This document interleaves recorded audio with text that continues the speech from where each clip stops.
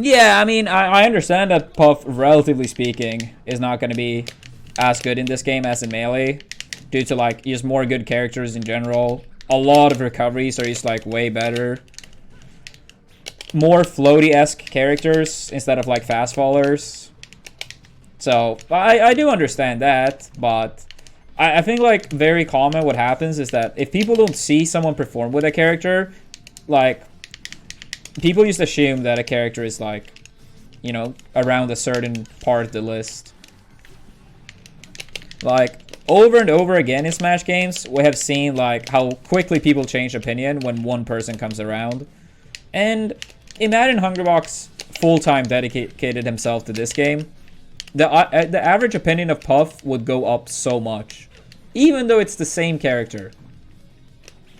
Some people might be like, no, I wouldn't change my mind. But that's like what a lot of the people do say. But history has shown that that's like how most people, when they talk about characters, they literally only look at results.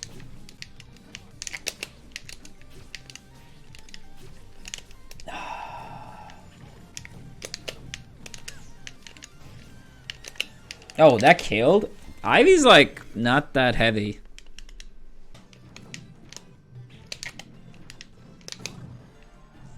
What? Dude, what the hell? That was good sharking.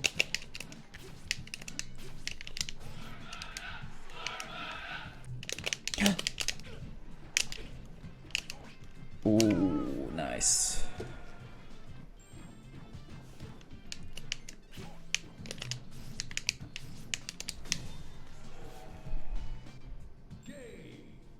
So first of all, thank you so much for the dono. I really appreciate it. And then to respond to your question, I personally am not a big believer in the whole talent thing. I do believe talent exists to a certain degree, but I think it's like in very, very few cases where it's gonna make like a huge and real difference. Basically what I'm saying is that I believe practically every single person could become like at least top 50 in the world. I don't really believe everyone actually could become the best. I do think talent probably matters enough for that, but like unless you're like at least top 50 in the world, I don't think talent actually becomes a relevant thing. What I do think happened with you and your friend is most likely... Okay, I'll bring up a few things here. What could be the case is that this person do play more than he actually like let on. I don't think it's probably too likely if you actually know this person well. What I think is more likely is that your method of learning is not efficient enough.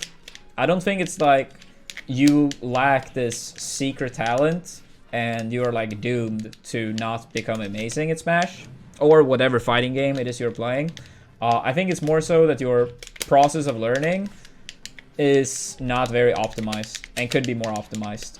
I did make a guide for this like a year ago maybe, command learn, where I basically bring up like my process of like how I learned and how I recommend people to learn, not only fighting games but stuff in general.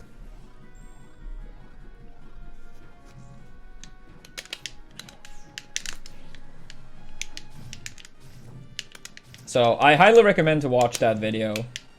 It's like a 18-minute long video or so, and I think that one is really, really good. If you follow each step there carefully, I really think that could help any gamer to improve, or you know, whatever you want to improve at.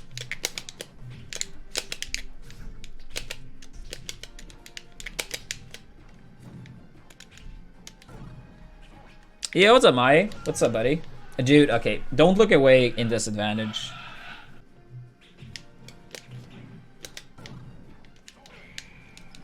Yeah, I did it again. Look away in disadvantage. The thing is also like stuff like talent / genetics. Sure, in regular sports, like genetics matters more. In games, not really. Reaction time, that would be it. But a lot of games like insane reactions are not even necessary, and even in games where reaction time is good, like really good to have, a lot of like in many scenarios, it's ways around it. Like, let's say melee, right? Sure, having like face roll or Wizzy reactions for tech chases is very favorable. But the thing is, you don't have to play a character where reactions are nearly as, you know, required. Dude, I had that read. The thing is, like, also like the whole like talent thing and like improving at games. If you look at most smashers, like let's say like in melee, their punish game is honestly like very bad. Like a lot of players that have played for a long ass time, a lot of their punish games are very bad.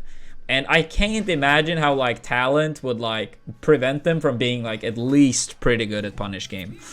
A lot of it comes down to them just making the wrong choices and not honestly study enough of how they should convert combos. Neutral game for the most part is like, it's a bit trickier to learn at first. But oops, a lot of punishes, like, it's like, oh, in this move, you want this scenario. Like, a lot of times you see players like objectively use the wrong move. And it's not like they do it one time, like, you know, they were, under pressure in a tournament match. Even in friendlies, a lot of times, a lot of people objectively use a move that will end the combo right away. So unless, like, someone would, in that scenario, try to make it that talent basically includes your ability to, like, understand that in this scenario, this move is bad, then, like, that already is a step to, like, show that talent is, like, relatively speaking, not that big of a factor. I'm a huge fan of the first two games. So, I mean, so when it comes to games these days, I'm just like, you know, I hope I'll enjoy it, but if not, it's not the end of the world. Like, back in the day, I had, like, much more expectations on games because I think I liked video games more as a kid than I do now, even though I still obviously love games. And I think a lot of games from the older consoles used appealed more to me. Some people will say nostalgia, but like you can see like a lot of clear differences in like how games were made and Nintendo as a company. And I think a lot of like the older approach, like GameCube and before, appealed to me more. Like, Brawl was honestly the first time I was, like, very disappointed in a game. And then with Smash 4, I didn't actually have any expectations on Smash 4. And even then, I still somehow ended up disappointed because it was, like, worse to me than I even could imagine. No.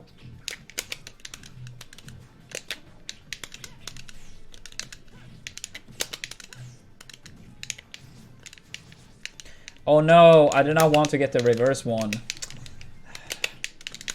Yeah, I still need to get like a lot better with pit snare.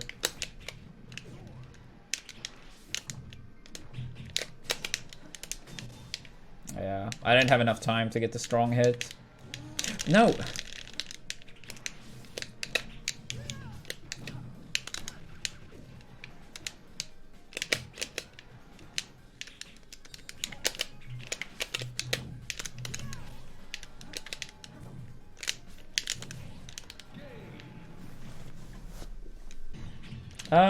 Were my parents supportive in my career decisions in esport? Alright, so I do think...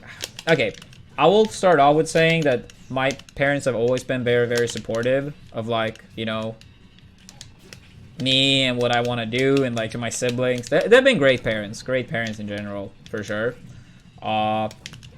Fantastic, honestly. But for me, when I started playing Smash, right, I went to my first tournament before I was 12 years old.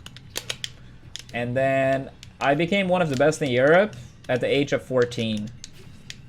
And by the age of 16, I was like the best in Europe and top 2 in the world. So I was basically top 2 in the world before I started high school. And my parents' approach were always like, you can keep doing Smash, you can keep entering tournaments, and as long as you keep up with school and take care of that. Like, their approach was basically like, we don't want to see you perform worse in school because you focus too much on Smash. But as long as you like do good in school and like that, then you can enter tournaments on my own dime, of course. Like, I have 10 siblings, so my parents couldn't like financially support me with like flights and hotels and stuff. I had to work like for my own like stuff. Like in the like they could sometimes like give me like they gave me food for the weekend in like the early days when I went to like Swedish events, so I like could cook my own food, and like they gave me like drinks and stuff. But yeah, besides that, like all financial stuff I had to take care of myself. So basically the thing was take care of school, and you can go to Smash events. I sometimes even took times off from school, like a few days from school, to travel to a tournament. And they were fine with that too, as long as I kept up with school, which I always did. And I always tried to like do a little bit extra to make sure that it would never ever be like drama whether I put in enough effort on school, because I never wanted Smash tournaments to be affected. So I always made sure like just do all the fucking boring homework, try to get like good grades, and I will be able to, you know, go to tournaments as I want to do. So I never tried to like have a shortcut like, oh, I'm just gonna skip on school and still go to events. But then like when I started doing like esport full time, like I'd already done like tournaments and stuff for so long that yeah, they were very supportive of it. My grandparents were always more skeptical, like not too weird, right? That generation and like technology in general can be kind of like not always go hand in hand. But like when I started like making tournament winnings, they started to like see more of it, right? Like that it actually could like lead to something. But when I started having it as an official job, they were like a little bit like when like the next, you know, step of my life or whatever you want to call it was gonna be. But over the years, like they realized more and more that like you can actually make like good money, all the money all the time. Like reinvested in flight, entry fees, hotels, food for events. Oh, nice. So like imagine you go to like something like Genesis or Apex or whatever, and it's like, oh, top 2, or you can't make it to the next one.